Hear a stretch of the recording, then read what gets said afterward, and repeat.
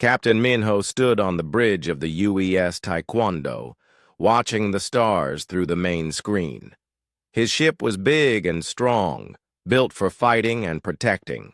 The crew around him worked quietly at their stations. Navigator Huna checked the star maps. Engineer Junho kept the engines running smooth. Communications officer Nari listened to radio signals from across space. Minho liked the quiet times on patrol. Out here on the edge of human space, things were usually peaceful. Earth and the other human worlds felt very far away. The job was simple. Watch the border and keep unwanted visitors out. For 3 years he had done this job without any real problems. The alarm broke the quiet. Nari's head shot up from her station. Her face was worried. "Captain, I'm getting a signal," she said. "Unknown ship crossing the border into our space." Minho walked over to look at her screen. "What kind of signal?" "It's a distress call, sir. But the language is strange. I've never heard anything like it before." "Put it through the translator," Minho ordered. The computer worked for a few seconds. Then broken words came through the speakers. "Help! Need safe! Running from... Please help!" Huna looked up from her navigation station. "Captain, I have the ship on sensors. It's about 10,000 kilometers inside our border. The design is completely unknown." Junho spoke up from his engineering station. "Sir, I'm reading strange energy signatures from that ship. The technology doesn't match anything in our databases." Minho felt his stomach tighten. First contact with aliens was supposed to happen at Earth, with diplomats and scientists ready. Not out here with just a patrol ship and 4 crew members. "Nari, scan their ship for weapons," he ordered. "Scanning now, sir." After a moment, she shook her head. "No weapons detected. But, Captain, I'm also reading life signs. Multiple species aboard that ship. They look like refugees." The word refugees made Minho think. People running from something bad, looking for help. But they had crossed into human space without permission. The rules were clear about that. "Sir," Huna said quietly, "what do we do?" Minho walked back to his captain's chair. The defense protocols were very clear. Any ship entering human space without permission had to be warned. If they didn't leave, they would be forced out or destroyed. It didn't matter who they were or why they came. "Nari, open a channel. Broadcast on all frequencies." "Channel open, sir." Minho took a deep breath. He had practiced these words many times, but never thought he would really use them. "Unknown vessel, this is Captain Minho of the Human Defense Force. You have entered human space without permission. State your intentions immediately, or you will face immediate action against you. If you need humanitarian help, you must go to neutral space and file proper requests through the correct channels." He nodded to Nari. "Send that message in all the languages we know. All 47 of them." The bridge was quiet while they waited. Minho looked at the alien ship on the screen. It was beautiful in a strange way. The hull was smooth and curved, like it had been grown instead of built. Soft lights moved across its surface in patterns he didn't understand. "Captain," Nari said. "They're responding." The translator worked again. This time the words were clearer. "Human ship, we understand your laws. We are Vithak, peaceful traders. Something follows us. The devourers come. We only seek safe passage." "Devourers?" Junho asked. "What does that mean?" Before anyone could answer, alarms started, ringing all over the bridge. Hayuna's face went white as she looked at her sensors. Captain! Multiple ships dropping out of hyperspace! Big ones! The main screen changed to show new contacts. 3 massive ships appeared near the border. They were dark and ugly, covered in spikes and strange growths. They looked like they were alive. "Those ships are huge," Una whispered. "Each one is 5 times bigger than us." The new ships started moving toward the Vithak vessel. They ignored the human border completely, flying straight into human space, like the warnings meant nothing. "Captain," Nari said, her voice shaking, "the Vithak ship is sending another message." The translation came through clearly now. "Human friends, the Devourers have found us. We are sorry to bring this to your space. We will leave now. We will not break your laws even to save ourselves. Thank you for listening to our words."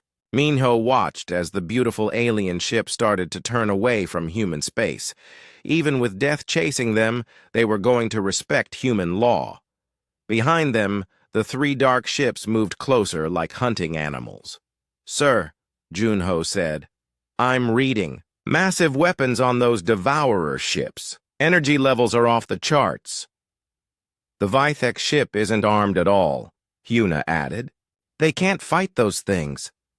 Minho felt something cold in his chest. The Vithak had done everything right. They crossed the border by accident, asked for help politely, and were now leaving to respect human law. But those other ships, these Devourers, they didn't care about human law at all. They flew into human space like they owned it. "Nari, try to contact those Devourer ships. Send the standard warning." "Sending now, sir." After a minute, she shook her head.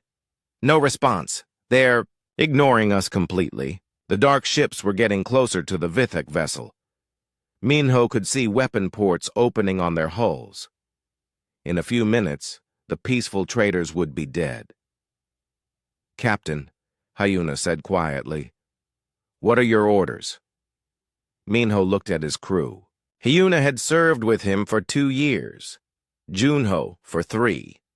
Nari was new but smart and brave. They were good people who trusted him to make the right choices. The rules said to let it happen.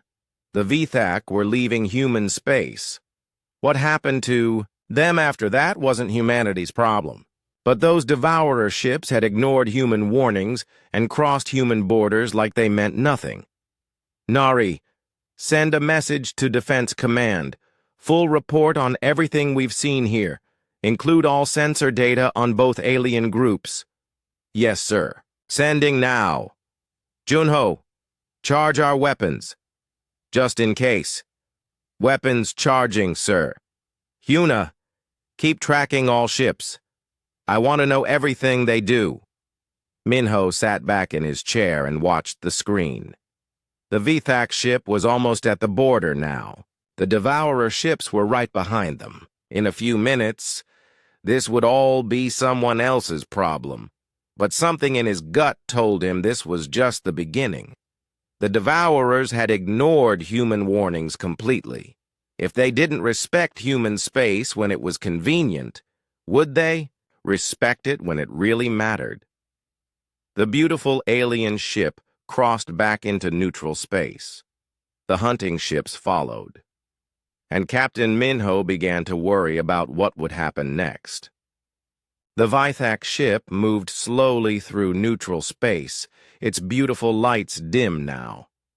Captain Minho watched from the bridge of the Taekwondo as the 3 Devourer ships followed like sharks chasing wounded fish.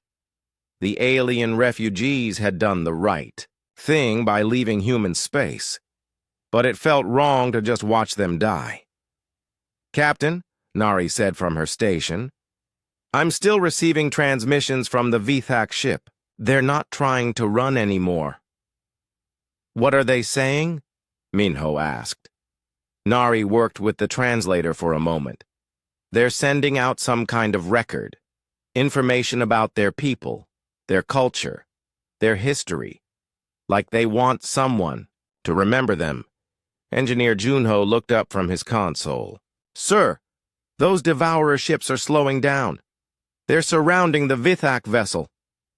On the main screen, Minho could see the dark ships moving into position. They looked even more terrible up close. The hulls seemed to be breathing. Strange tentacles reached out from weapon ports. Everything about them screamed danger and death. The Vithak ship has stopped moving, Navigator Huna reported. They're just waiting. The first devourer ship fired. Beams of red energy struck the Vithak vessel. But instead of exploding, the refugee ship's hull began to change. The metal started to bubble and melt. Parts of it fell away like skin peeling. Off a wound. What are they doing? Huna whispered. Nari's face was pale as she listened to her headset. Captain, I'm picking up screams from the Vithak ship, but also other sounds, like machinery, like something is taking their ship apart piece by piece. They're not trying to destroy it quickly, Junho said, watching his sensors. Those energy beams are doing something else. They're changing the ship's structure. Minho felt sick. They're taking it apart while the crew is still alive. More beams fired from the devourer ships. The Vithak vessel was coming apart in slow motion. Pieces of hull drifted away. But instead of floating free, they were being pulled toward the dark ships by some kind of tractor beam. Sir, Nari said, her voice shaking. The Vithak are still transmitting. They're trying to tell us something important. Put it through. The translation was broken and full of static, but the words were clear enough. Humans, listen. Devourers not just kill. They consume everything. Technology, culture, life. 17 worlds. 17. Peoples, all gone, they take everything, learn everything, become stronger. The transmission cut off as another red beam tore through the Vithak ship's communication array. 17 worlds, Huna said quietly. 17 entire species. Junho's console started beeping. Captain, I'm detecting some kind of scanning. Beam from the lead devourer ship. It's pointed at us. At us? We're in human space. Yes, sir. They're scanning our ship, our weapons, our engines, everything. Minho stood up. Nari, send another warning to those ships. Tell them to stop scanning our vessel immediately. Sending now, sir. After a moment, she shook her head. Still no response. They're ignoring us again. The scanning beam was like being looked at by something hungry. Minho could feel it examining. His ship, learning about human technology. These creatures didn't just kill people. They studied them first. They learned how their victims worked before they ate them. Captain, Huna said, the Vithak ship is breaking apart. I'm reading multiple hull breaches. Life support is failing. On the screen, the beautiful refugee vessel was dying. Pieces of it were being sucked into the bellies of the devourer ships, but there was still life aboard. People were still alive, in there, watching their home be eaten around them. Sir, Nari said urgently, final transmission from the Vithak. The translator crackled to life one last time. The voice was calm, almost peaceful. Human friends, we thank you for listening, for warning us fairly, for following your laws even when it was hard. Remember us. Remember that some creatures respect law and some do not. Remember that boundaries mean nothing to those who hunger for everything. The transmission ended. The Vithak ship broke in half, its lights going dark forever, but the devourer ships weren't finished. They spread out around the wreckage, using their tractor beams to pull in every piece. Nothing was wasted. Every bit of metal, every component, every piece of technology was being absorbed into their hulls. They're eating the whole ship, Junho said in horror. Not just the ship, Nari added, checking her readings. I'm detecting biological matter being transferred too. They're taking the bodies. Minho's hands tightened into fists. The Vithak had been peaceful traders. They had followed human law even when it meant their death, and these monsters had torn them apart like they were nothing more than food. Captain, Hyona said, the Devourer ships are moving again. They're heading toward the border. Our border? Yes, sir. They're coming straight toward human space. Minho looked at the tactical display. The 3 dark ships were moving in formation, heading directly for the point where human space began. Their hulls looked different now. Pieces of Vithak technology were visible in their structure, already being absorbed and changed. How long until they reach the border? He asked. 6 hours, sir, Hyuna replied. Nari, contact Defense Command again. Priority 1 message. Tell them hostile aliens are approaching our border. Tell them these creatures consume other species. Completely. Tell them the Devourers don't respect any laws or warnings. Sending now, Captain. Junho checked his weapon systems again. Sir, our plasma cannons are fully charged. Torpedo tubes are loaded, but against those things... I know, Minho said. We're just 1 patrol ship. He walked over to the main screen and stared at the approaching Devourer vessels. They had ignored human warnings twice now. They had scanned a human ship without permission. They had shown complete disrespect for human space and human law. The Vithak had understood that boundaries mattered. They had died rather than break human law. But these hunters didn't care about boundaries. They took what they wanted and consumed everything in their path. Sir, Nari said, incoming message from Defense Command. They're ordering us to maintain position and observe. A battle group is being sent to reinforce us. How long until the battle group arrives? 18 hours, sir. Minho looked at the timer on his screen. The Devourers would reach human space in 6 hours. The reinforcements would arrive in 18. That left 12 hours where his patrol ship would be the only thing standing between these monsters and human worlds. Captain, Hyuna said quietly, what do we do if they cross the border? Minho thought about the Vithak ship breaking apart. He thought about peaceful traders dying because they respected human law. He thought about creatures that consumed entire civilizations and learned from everything they ate. We follow orders, he said finally. We observe and report. And if they cross into human space... He didn't finish the sentence. But his crew understood. The Devourers had shown what they thought of human warnings. If they crossed the border, they would learn what humans thought of creatures who ignored the rules. The 3 dark ships continued their approach. In 6 hours, Captain Minho would find out if these monsters respected anything at all. Admiral Sunwoo sat in the war room deep inside Defense Command headquarters. The holographic display showed Captain Minho's patrol sector, where 3 Devourer ships approached human space.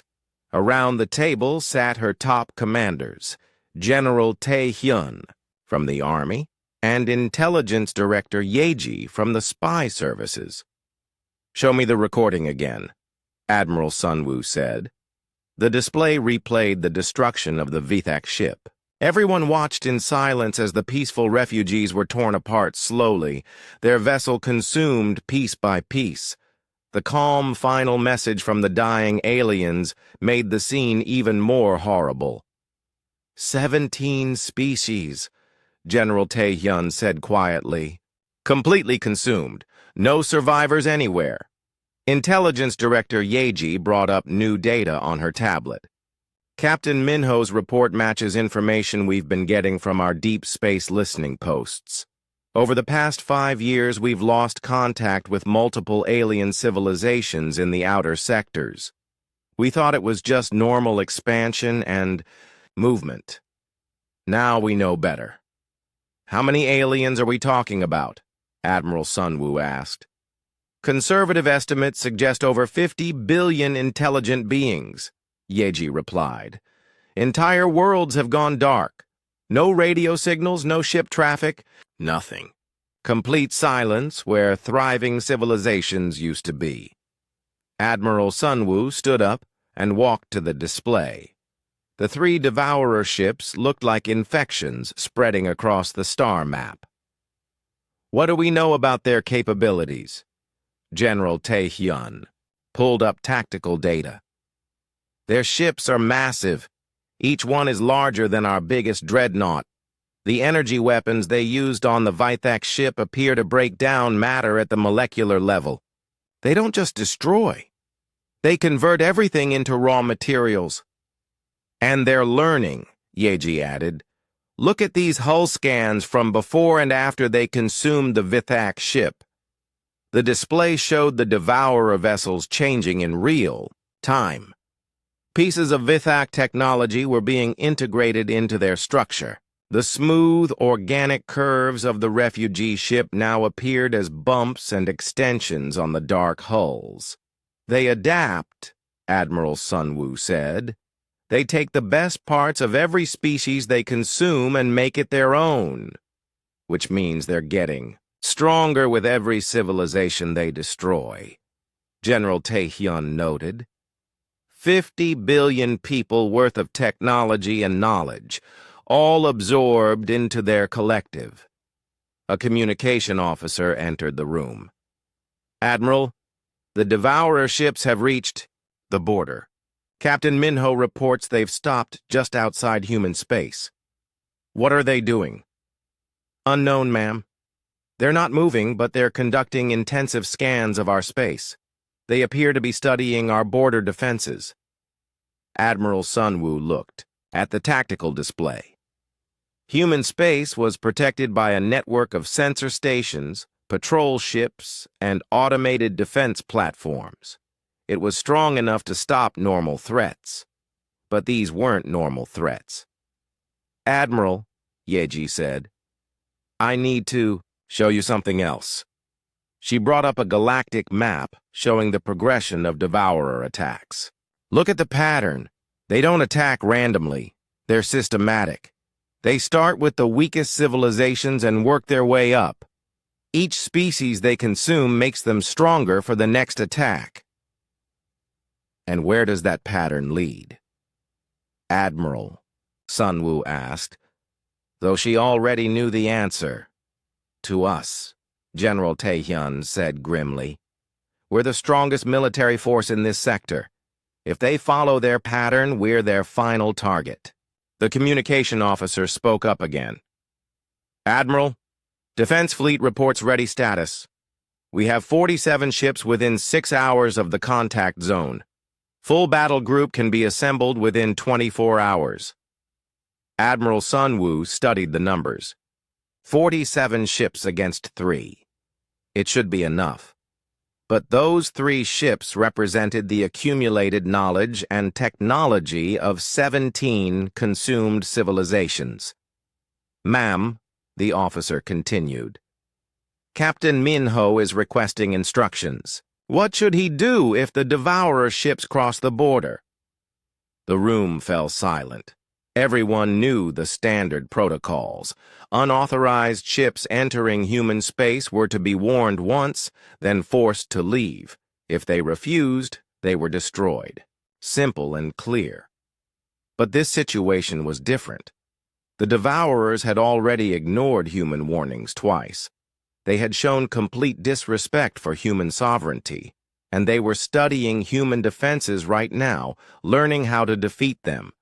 Admiral, General Tae-hyun said carefully, we need to consider our options. If we attack them now, we start a war we might not be able to win. If we don't attack them now, Yeji countered, they'll learn everything they need to know about our defenses. Then they'll strike when we're not ready. Admiral Sunwoo walked back to her chair. She thought about the Vithak ship turning away from human space, choosing death over breaking human law. Those peaceful traders had shown more respect for human sovereignty than the creatures hunting them. "The Vithak followed our rules," she said. "Even facing extinction, they respected our borders. They died because they honored our laws." "Yes, ma'am," General Taehyun replied, "and these devourers ignore our warnings completely. They scan our ships without permission. They treat human space like it doesn't exist." "That's correct, Admiral." Admiral Sunwoo made her decision. "If they won't respect our boundaries when it's convenient, they won't respect them when it matters. We draw the line here." She turned to the communication officer. "Send new orders to all border commands. Any ship fleeing from the devourers and requesting asylum will be granted immediate sanctuary. Any devourer vessel entering human space will be destroyed without warning." "Ma'am," General Taehyun said, "that's a declaration of war." "No," Admiral Sunwoo replied. "That's a declaration that human space means something, that our laws apply to everyone, especially those who think they're above them." Intelligence Director Yeji nodded approvingly. "The refugee networks will spread word quickly. Every surviving species will know they have a place to run to. And the devourers will know they have something to fight," General Taehyun added. "Admiral." Sunwoo looked at the display showing the 3 dark ships at the border. "Maybe it's time they learned what happens when you hunt something that hunts back." "Orders for Captain Minho?" the communication officer asked. "Tell him to hold position and wait. If those ships cross our border by even 1 meter, he has authorization to engage with full force. No warnings, no negotiations. If they want to ignore our laws, they can learn about our weapons." The communication officer saluted and left to send the orders. "Admiral," Yeji said, "this will change everything. Every species in the galaxy will be watching to see if we can actually stop the devourers. Then we better not disappoint them," Admiral Sunwoo replied. On the display, the 3 devourer ships continued their scans of human space. They were learning about human defenses, studying human technology, preparing for their next meal, but they were about to learn something else. Some boundaries were worth fighting for, and some species didn't run when the monsters came calling. Dr. Ji-won sat in her laboratory at the Human Colonial Institute, studying the data streams coming from across the galaxy. As the Institute's lead xenobiologist, she specialized in alien life forms. But the information flooding her computers wasn't about normal alien species. It was about the devourers. News of humanity's new policy had spread through refugee networks faster than hyperspace messages. Every surviving alien group in the galaxy was sharing what they knew about the creatures that had destroyed so many worlds. The data was overwhelming and terrifying. "Computer, display devourer attack pattern analysis," she said. The holographic projector showed a 3-dimensional map of the galaxy. Red dots marked known devourer attacks over the past 10 years. The pattern was clear and systematic. They started with weak, isolated worlds and worked their way toward stronger civilizations. 17 confirmed species extinctions, Dr. Ji-won said to herself. But the real number could be much higher. Her computer chimed with a new message. The transmission came from a Zareth mining convoy fleeing through human space. She opened the communication and saw a reptilian face filled with fear. "Human doctor," the alien said through the translator. "We carry information about the devourers. Our homeworld is gone. Our people are dead. But we learned how they hunt." Dr. Ji-won leaned forward. "Tell me everything." The Zareth commander's name was difficult to pronounce, but his story was clear. The devourers had arrived at his world without warning. They didn't negotiate or make demands. They simply began consuming everything: people, buildings, technology, even the planet's atmosphere. They learn as they eat, the commander explained. Our weapons became their weapons. Our ships became part of their ships. Our knowledge became their knowledge. Within days, they knew everything we knew. Dr. G1 made notes as the alien spoke. The Devourers weren't just destroyers. They were the ultimate parasites, absorbing entire civilizations and adding their strength to their own. "How did you escape?" she asked. "We were off-world when they attacked, mining ships in the asteroid belt. We saw our planet die from space. We have been running ever since. The transmission ended, but more data kept coming. Survivors from the Quiltech Republic sent technical specifications of Devourer bioships. Refugees from the Hymnal Collective shared recordings of the creature's hunting calls. Each piece of information painted a picture of an enemy unlike anything humanity had ever faced. Meanwhile, Captain Minho paced the bridge of his new ship, the UES Hanbok. He had been transferred from patrol duty to the Fast Attack Division. His mission was to intercept refugee groups and escort them to safety. It was better than watching helplessly while innocents died. "Captain," Navigator Huna called out, "I'm detecting multiple ships on approach vector. They're broadcasting refugee identification codes." Minho looked at the tactical display. 7 ships were approaching the border, moving fast.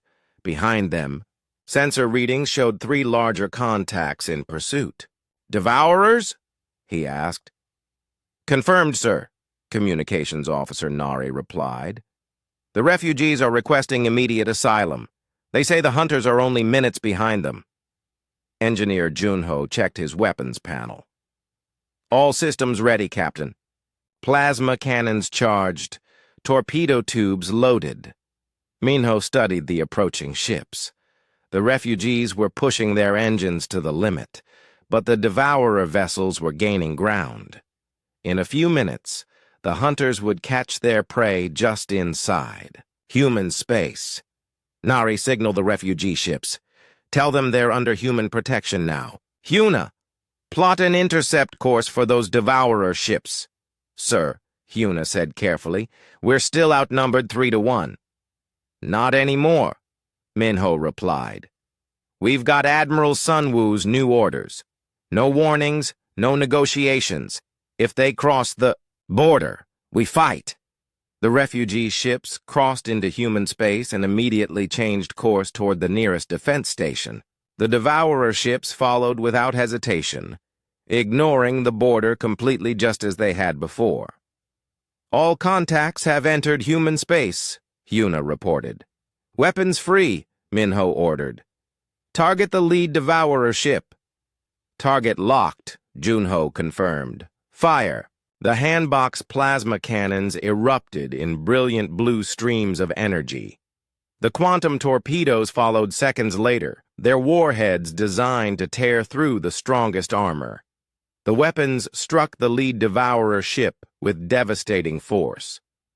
The bioship staggered under the assault. Pieces of its organic hull peeled away, streaming atmosphere and strange fluids, but instead of dying, the creature began to change. The damage was healing before their eyes, the hull regenerating like living tissue. "It's adapting to our weapons," Junho said in amazement. "Then we use different weapons," Minho replied. "Switch to kinetic penetrators. Full spread." The Hanbok, fired again, this time using solid metal slugs, accelerated to incredible speeds. The projectiles punched through the Devourer ship's healing hull and exploded inside its body. This time, the damage was too extensive to repair quickly. The wounded ship fell behind, but the other 2 Devourers continued their attack. They fired red energy beams at the fleeing refugees, trying to disable their engines. But the refugee ships were already under the protection of human escort vessels that had arrived to help. "Multiple human contacts approaching," Nari reported. "Destroyers Busan and Jeju are moving to intercept. Cruiser Soul is providing fire support. The space around the border erupted into battle. Human ships engaged the Devourer vessels with everything they had. The aliens were tough and dangerous, but they weren't prepared for coordinated military tactics. The lead Devourer is trying to retreat, Huna announced. Don't let it escape, Minho ordered. If it gets away, it takes everything it learned about our weapons back to the swarm. The Hanbok pursued the fleeing bioship, firing continuously. Other human vessels joined the chase. The Devourer fought back desperately, but human weapons were designed for this kind of battle. Overwhelming firepower, coordinated attacks, and tactical superiority made the difference. The alien ship finally broke apart under the sustained assault. Its biomechanical components scattered across space, no longer able to adapt or regenerate. The other two Devourers were destroyed minutes later. All enemy contacts eliminated, Junho reported. Minho looked at the wreckage floating in space. For the first time, Devourer ships had been stopped. For the first time, the hunters had become the hunted. Nari, signal the refugee ships. Welcome them to human space. Tell them they're safe now. Yes, sir. They're responding with gratitude. Lots of gratitude. Dr. Ji-Wan received the battle reports an hour later. Her analysis was immediate and hopeful. The Devourers could be killed. Their bioships had limits. Their adaptation abilities weren't perfect, but she also knew this was just the beginning.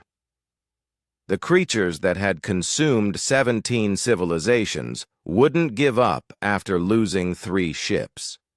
They would come back in greater numbers, with new adaptations, ready for a real war.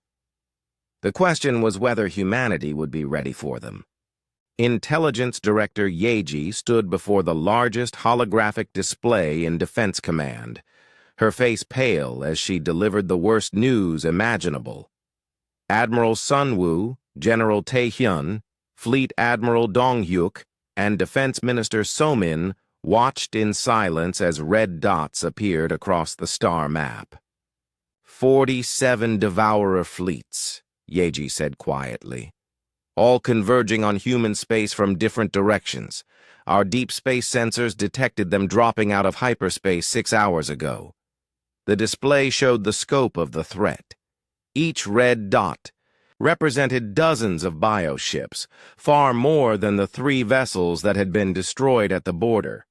The Devourers weren't just hunting refugees anymore. They were coming to eliminate the species that had dared to fight back. How many ships total? Admiral Sunwoo asked. Conservative estimate, over 800 vessels, possibly more than 1,000. General Tae-hyun pulled up human fleet dispositions. We have 237 ships in the entire defense force. Even if we called in every patrol boat and transport, we're outnumbered 4-1. Defense Minister So-min, the civilian leader responsible for military policy, looked grim. Perhaps we should reconsider our position. These creatures have consumed 17 civilizations.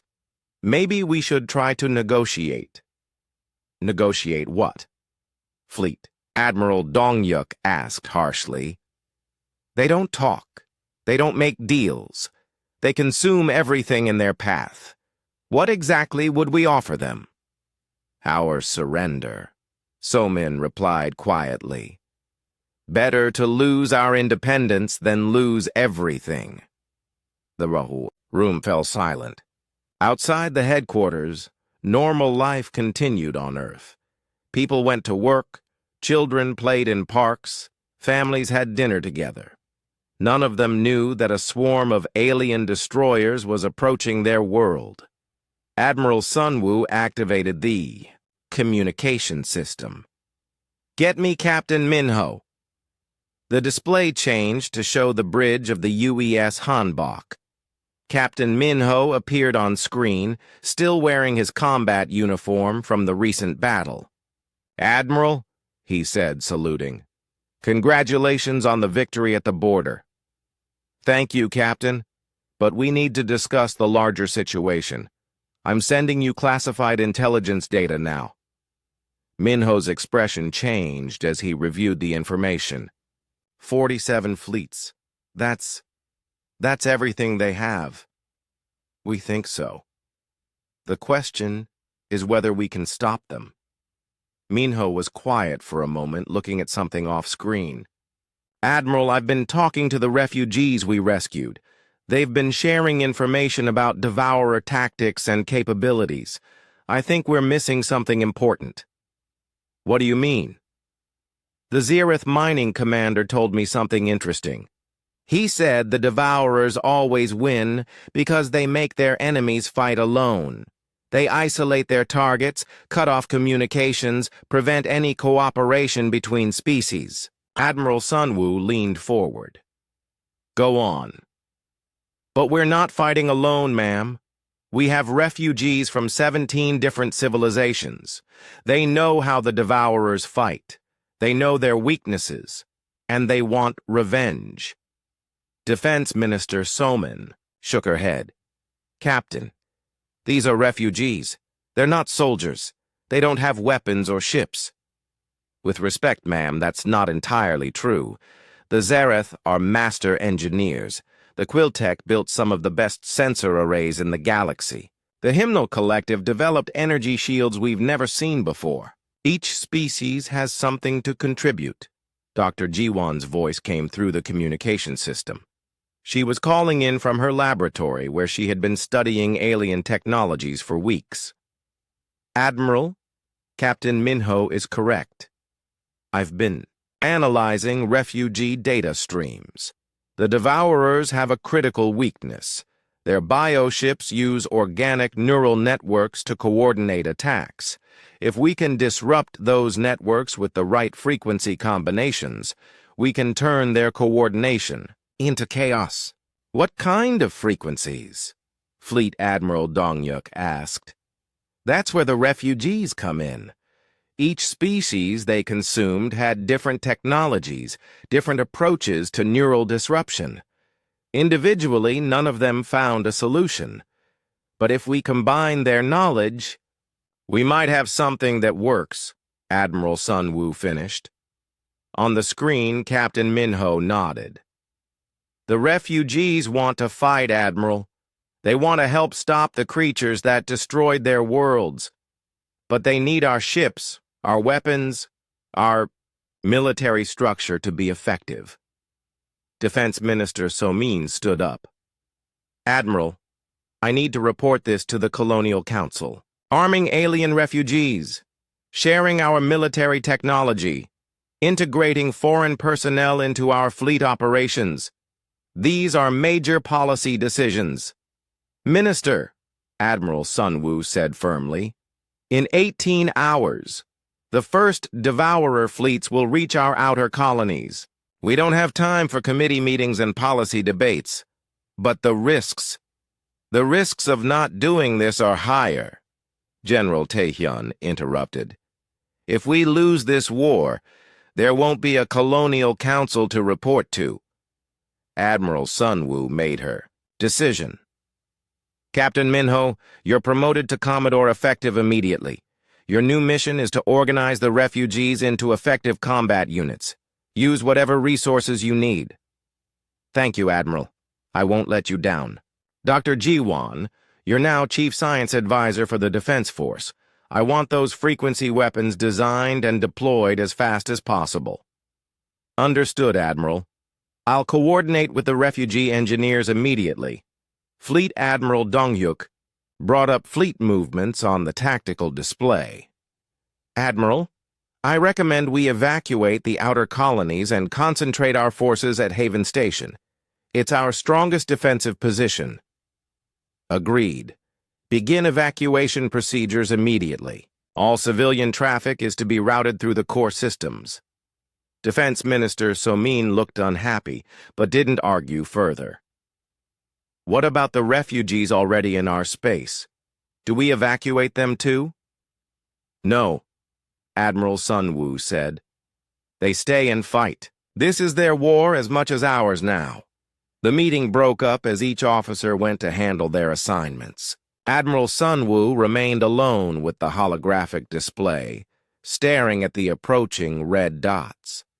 47 fleets, 800 ships, the accumulated strength of 17 consumed civilizations. But for the first time, the Devourers would face something they had never encountered before, their victims fighting back together, sharing knowledge and technology, united against a common enemy. A communication came in from Commodore Minho. "Admiral, the refugees are responding enthusiastically to the call for volunteers. We have engineers, technicians, navigators, and warriors from a dozen species ready to serve. How quickly can you integrate them into our forces?" "Give me 72 hours, ma'am. We'll have mixed crews on every ship in the fleet." Admiral Sunwoo smiled for the first time in days. "Make it 48 hours, Commodore. The Devourers are coming, and we need to be ready." The red dots on the display continued their approach, but now they weren't facing a single species fighting alone. They were facing the combined knowledge, skills, and determination of 18 different civilizations. The hunters were about to discover what happened when their prey decided to fight back together. Station Commander Gyeong stood in the command center of Haven Station, looking out at the most unlikely sight in human military history. The massive space station, originally built to service human deep space operations, now hosted over 200,000 refugees from across the galaxy. But these weren't helpless victims anymore. They were preparing for war. "Status report," he ordered his operations chief, Soyeon. "All evacuation ships have reached the core system safely," she replied. "The outer colonies are empty. We're now the first line of defense." Chief Medical Officer Hanul approached with her daily briefing. "Sir, the refugee integration is proceeding faster than expected. Xerath engineers are working alongside our technicians to upgrade weapons systems. Quiltech sensor specialists have improved our detection range by 40%. Even the children are helping in the manufacturing sections." Commander Gyeong nodded. In just 2 days, Haven Station had transformed from a simple refueling depot into a fortress. The refugees had brought more than just knowledge. They had brought determination. Every alien family on the station had lost everything to the Devourers. Now they had a chance to fight back. "Commander," Communications Officer Hana called out. "Incoming message from Commodore Minho's fleet. They're 40 minutes out." "Put him through." Commodore Minho appeared on the main screen. Behind him, his bridge crew was a mix of humans and aliens working together. A Xerath engineer operated the weapons console while a Quiltech navigator plotted their course. "Commander Gyeong," Minho said, "we're bringing 37 ships to join the defense. How are your preparations going?" "Better than expected, Commodore. Dr. Jiwon's frequency weapons have been installed on all our defense platforms. The refugee technicians say they should disrupt Devourer neural networks effectively." "Any word on when our guests will arrive?" "Before Commander Gyeong could answer, alarms started ringing throughout the station.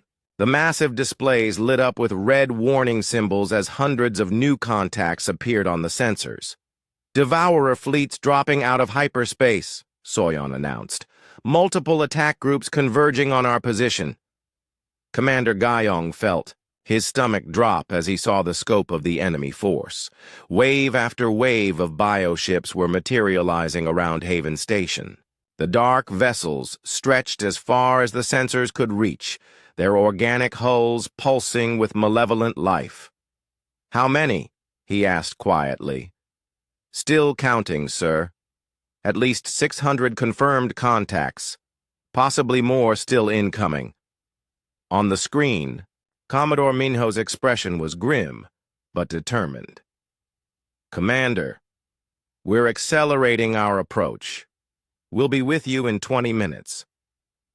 Understood, Commodore. We'll try to keep the lights on. The first Devourer ships began their attack immediately. Red energy beams lanced out from dozens of biovessels, striking Haven Station's shields. The powerful barriers held, but Commander Guyong could see the energy readings fluctuating with each hit. "Return fire," he ordered. "All weapons, all platforms." Haven Station's defense grid erupted in brilliant displays of human firepower. Plasma cannons, missile batteries, and the new frequency weapons all fired simultaneously. The space around the station became a web of energy beams and explosions. The frequency weapons worked exactly as Dr. Jiwon had predicted. Devourer ships that were struck by the special energy pulses began to shake and convulse. Their coordinated attack patterns fell apart as their neural networks were disrupted. "It's working!" Soyeon called out. "The frequency weapons are breaking their formation, but there were too many of them. For every Devourer ship that was disabled, 3 more took its place. The biovessels pressed closer to the station, their numbers overwhelming." "Sir, communications." Officer Hana reported. "The Devourers are changing tactics. They're sending boarding parties." Commander Gyeong looked at the tactical display in horror. Dozens of smaller bioships were detaching from the main vessels, heading directly for Haven Station's docking bays. These weren't trying to destroy the station. They were trying to capture it. "Security teams to all docking areas," he ordered. "Prepare for boarding actions." Throughout the station, humans and aliens rushed to defensive positions. Zareth miners carried industrial cutting tools that could slice through metal. Quiltech technicians activated energy shields around critical systems. Even civilian refugees picked up whatever weapons they could find. The first boarding ship struck Docking Bay 7 with a wet, organic sound. The biovessel attached itself to the station's hull like a parasite and began cutting through the armor, plating. Within minutes, the first Devourer creatures were inside the station. Commander Guyong had seen recordings of these monsters, but seeing them in person was different. They were tall, thin beings covered in dark chitinous armor. Their faces were hidden behind breathing masks, and their hands ended in sharp claws. They moved with predatory grace, hunting through the station's corridors. "Defense teams engaging in Section C," Security Chief Minsu reported. "Heavy resistance, but we're holding them back." The battle for Haven Station became a nightmare of close combat fighting. Human soldiers fought alongside alien refugees in the narrow corridors. Zareth engineers used their tools as weapons. Quiltech families protected each other with energy barriers. The station echoed with the sounds of gunfire, explosions, and alien screams. "Commander," Soyeon called out, "Commodore Minho's fleet has arrived. They're engaging the outer Devourer groups." On the main display, Commander Gyeong could see human ships fighting desperately against overwhelming odds. The combined human-alien crews were using every trick they had learned, but the Devourer swarm seemed endless. "Sir," Chief Medical Officer Hanel said urgently, "the refugees in the medical bay want to help. They're asking for weapons." "Give them whatever we have," Commander Gyeong replied. "Everyone fights. Everyone protects this station." More boarding ships attach themselves to Haven Station's hull. The Devourers were trying to take the station section by section, consuming it from the inside, while their fleets attacked from outside. But the defenders had advantages the monsters hadn't expected. The refugees knew Devourer tactics better than anyone. They had studied these creatures for years while running from them. Now they used that knowledge to set traps and ambushes. "The Devourers in Section C have been eliminated," Security Chief Minsu reported. "The Zareth miners collapsed. A corridor on them. Very effective." What about Section F? Quiltech families are using their energy shields to create choke points. The Devourers can't advance. The battle raged for 6 hours. Wave after wave of bioships attacked the station while boarding parties tried to capture it from within. But Haven Station held. The mixed crews of humans and aliens fought with desperate courage, protecting not just a military installation, but their new home. Finally, the Devourer fleets began to withdraw. They had lost hundreds of ships to the station's defenses and the frequency weapons. Their boarding parties had been wiped out by defenders who knew their weaknesses. "Enemy fleets are retreating," Soyon announced. "All remaining bioships are pulling back to the outer system." Commander Gyeong slumped in his command chair, exhausted. "Damage report.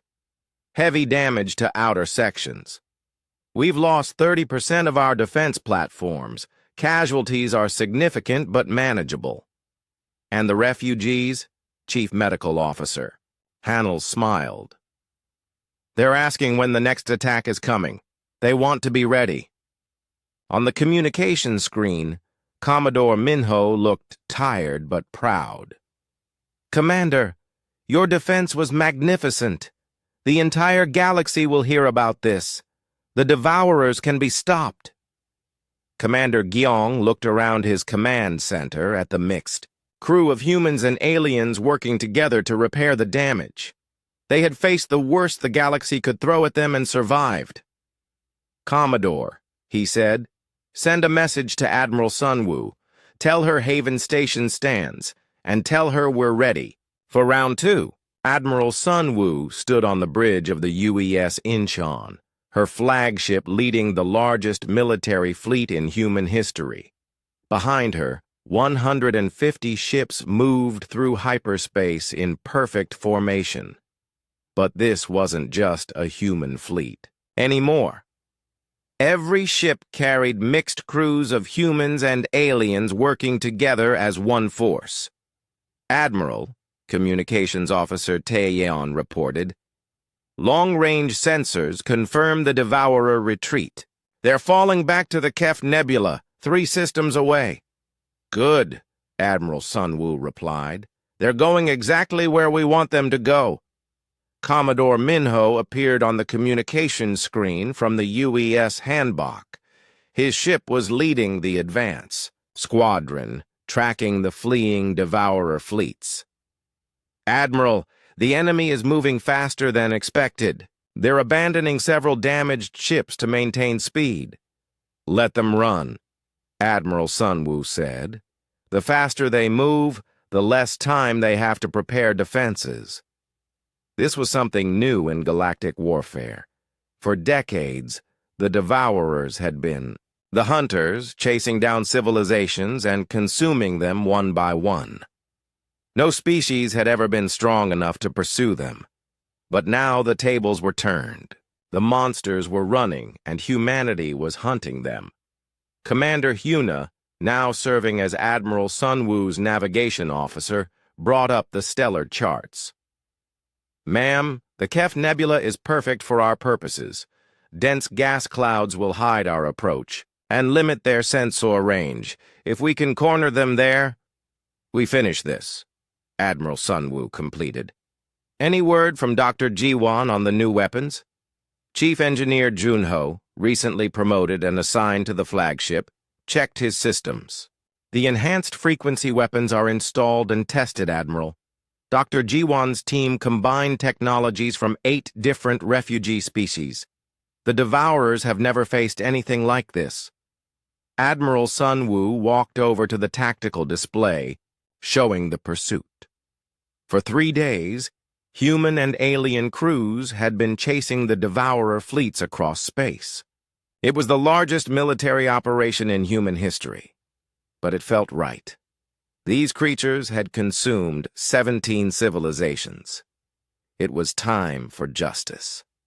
"Admiral," Commodore Minho reported, "the Devourers have reached the nebula. They're taking defensive positions around the central star system. How many ships?" We count approximately 400 biovessels. They've lost about 200 ships since the siege of Haven Station. Admiral Sunwoo nodded.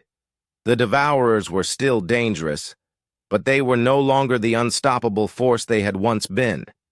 The frequency weapons had shown them to be vulnerable. The mixed crews had proven more effective than pure human or alien forces. Navigation, plot our approach course. We'll hit them from 3 directions simultaneously. Commander Hyuna worked with her alien counterparts to plan the attack. Quiltech navigators knew the nebula's hidden passages. Zareth engineers understood how to modify ship sensors for the dense gas environment. Every species contributed something vital to the mission. Course plotted, Admiral. We can approach to within 1 light hour before they detect us. Excellent. Signal all ships. We attack in 6 hours. The fleet moved into the nebula like a pack of wolves closing in on their prey. The dense gas clouds provided perfect cover, hiding the approaching ships from Devourer sensors. This was how the monsters had always operated, hiding, ambushing, striking from concealment. Now they would experience it from the other side. Admiral, Chief Engineer Junho reported, all ships confirm readiness. Frequency weapons are charged and synchronized. When we fire, every Devourer ship in range will be hit simultaneously. Admiral Sunwoo looked around her bridge at the mixed crew working together. Humans, Zareth, Quiltech, and survivors from a dozen. Other species all focused on the same goal. The Devourers had created this alliance by forcing them to work together or die. Fleet positions? She asked. Attack Group Alpha is in position, led by Commodore Minho, Communications Officer Taeon reported. Attack Group Beta, under Commodore Jeho, has reached their coordinates. Attack Group Gamma reports ready. Signal all groups. Commence attack. The space around the central star system erupted in the largest battle the galaxy had ever seen. 150 Allied ships attacked 400 Devourer biovessels from 3 directions simultaneously. The frequency weapons fired first, sending coordinated pulses through the enemy formation. The effect was devastating. Devourer ships that had operated in perfect coordination for centuries suddenly found themselves alone and confused. Their neural networks, disrupted by the alien frequencies, couldn't maintain the complex attack patterns they relied on. Direct hit on the enemy command ship, Commodore Minho reported. It's breaking apart. Multiple secondary explosions. Admiral Sunwoo watched the battle unfold on her tactical display. Human plasma cannons and quantum torpedoes tore through bioships whose defenses had been scrambled by the frequency weapons. Zareth mining lasers cut through organic armor like paper. Quiltech energy shields protected Allied ships from desperate counterattacks. Admiral, Chief Engineer Junho called out, the Devourers are trying to adapt to our frequency weapons. Some of their ships are developing resistance. Switch to rotating frequencies, Admiral Sunwoo ordered. Don't give them time to adapt. Dr. Ji-won had predicted this. The Devourers were masters of adaptation, learning from every attack. But the combined knowledge of 17 different species had prepared countermeasures for every adaptation they might try. The battle raged for 8 hours.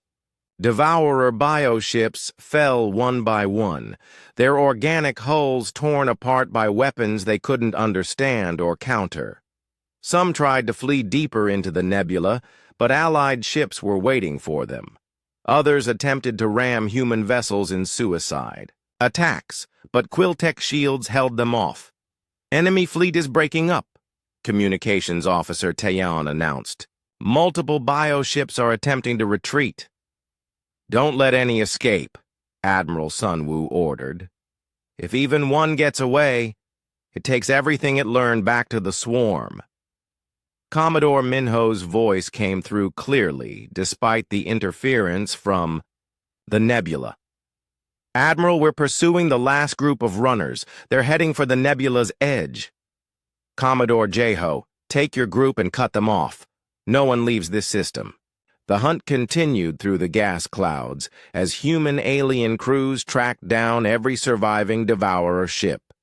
These creatures had shown no mercy to 17 civilizations. Today, they would receive the same treatment they had given to others. Finally, after 12 hours of continuous fighting, the last bioship was destroyed. The Kef Nebula, which had been chosen as a hiding place by the Devourers, had become their graveyard. All enemy contacts eliminated, Communications Officer Taeon reported. No survivors detected. Admiral Sunwoo looked at the debris field. Floating in the nebula, 400 Devourer ships destroyed. The largest concentration of these monsters ever assembled had been wiped out completely. Casualties, she asked. 17 ships lost, 43 damaged, Chief Engineer Jun-Ho reported. Considering what we faced, our losses were minimal. That's because we fought as one people, Admiral Sunwoo said. Human courage, Zareth engineering, Quiltech technology, and the knowledge of every species they consumed. We turned their own victims' knowledge against them. Commodore Minho's image appeared on the communication screen. He looked tired but satisfied. Admiral, we're detecting scattered Devourer groups fleeing the sector. Small fleets, maybe 20 or 30 ships each. They're running for the Galactic Rim. Let them run, Admiral Sunwoo replied. For the first time in their existence, they're the prey instead of the predators. They'll think twice before hunting innocent species again. The Great Fleet began its journey home, carrying news of victory to every world in the sector. The Devourers, the monsters that had consumed 17 civilizations, had been stopped. They had learned what happened when they hunted something that was willing to hunt them back. But more importantly, something new had been born in the fires of war. Humans and aliens had fought together, bled together, and won together. They were no longer separate species sharing the same space. They were one people, united by common purpose and mutual respect. The hunters had become the hunted, and the galaxy would never be the same. 1 year after the first Vithak refugee ship had fled to human space, Haven Station had become something no one could have imagined. The massive space facility, rebuilt after the siege, now stretched across 50 kilometers of space. It wasn't just a military base anymore. It was the capital of a new kind of civilization. Supreme Fleet Commander Sunwoo walked through the station's central plaza, where the Galaxy Peace Compact would be signed in just a few hours. Around her, beings from dozens of worlds worked together, in harmony. Human children played with young Zareth in the gardens. Quiltech artists created beautiful light sculptures alongside human painters. Former refugees had become citizens, contributors, and leaders of their new society. Commander, her aide, Captain Nari, approached with the latest reports. Representatives from 43 species have arrived for the ceremony. Even some groups we've never contacted before are sending delegates. Any word from the Devourer survivors? Commander Sunwoo asked. Nothing, ma'am. Our deep space sensors haven't detected any Devourer activity in over 6 months. We think they've retreated beyond the Galactic Rim. Commander Sunwoo nodded. The monsters were gone, but the scars they had left behind were still healing. 17 species had been completely wiped out, billions of lives lost, entire cultures erased from existence. But from that tragedy, something beautiful had emerged. Admiral Minho approached from the military section of the station. His uniform now carried the insignia of the multi-species defense fleet, a new organization that combined human military structure with alien knowledge and skills. "Commander," he said, saluting, "the fleet review is ready for your inspection. Every ship in the Defense Force is represented." "How many ships now?" she asked. 317 vessels, ma'am. Human-built hulls with integrated alien technology. Mixed crews on every ship. It's the most powerful fleet in the galaxy." Commander Sunwoo smiled. A year ago, humanity had fewer than 200 ships and faced extinction from an enemy they didn't understand.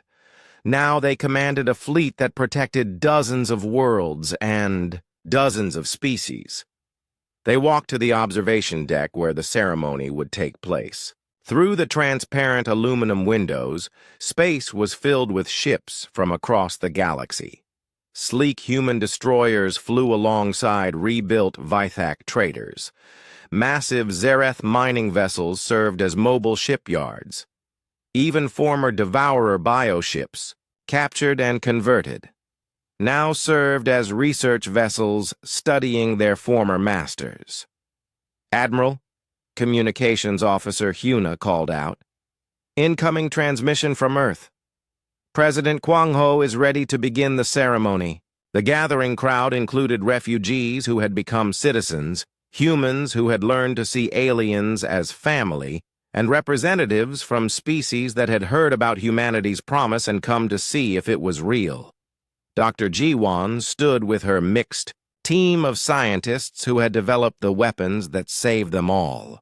Engineer Junho displayed the new technologies created by combining human engineering with alien knowledge. President Kwang Ho appeared on the main display from Earth. Behind him stood the leaders of every major human world. "Citizens of the galaxy," he began. "1 year ago, humanity made a simple promise.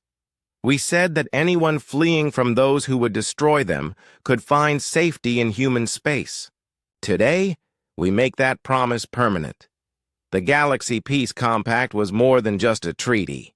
It was a new way of thinking about civilization itself. Humanity would serve as the guarantor of refugee rights and the defender of galactic peace. But they wouldn't do it alone. Every species that found sanctuary would contribute to the common defense. We learned something important during the war," President Kwang Ho continued. "No single species, no matter how strong, can face the darkness alone. But together, sharing our knowledge and our courage, we can overcome any threat." Commander Sunwoo stepped forward to represent the military. "The multi-species defense fleet stands ready to protect every world that shares our values. We will not allow another devourer-type threat to destroy innocent civilizations. This is our promise to the galaxy." One by one, representatives from each species came forward to sign the compact. The Zereth mining guilds pledged their engineering expertise. The Quiltech Confederacy offered their advanced sensors and energy shields. Former enemies became allies. Former strangers became family. But the most moving moment came when a new group of refugees arrived during the ceremony. Their ships appeared on the station's sensors without warning, broadcasting distress signals in an unknown language. "Commander," Admiral Minho said quietly, "unknown vessels requesting emergency asylum.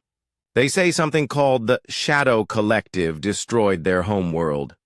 Commander Sunwoo didn't hesitate. "Signal them immediately. Tell them they're under the protection of the Galaxy Peace Compact. Guide them to safe docking." As the refugee, ships approached Haven Station, their hulls scarred from battle and their crews desperate for safety, the ceremony took on new meaning. This wasn't just about celebrating past victories. It was about preparing for future challenges. "This is why we built this alliance," Commander Sunwoo announced to the gathering.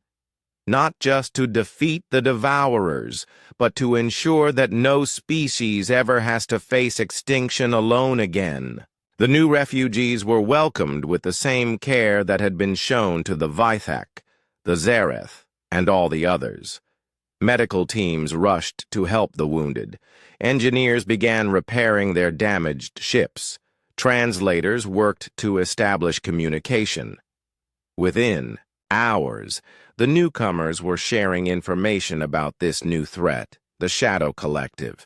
Their knowledge would be added to the growing database of defensive strategies. Their technology would be studied and integrated.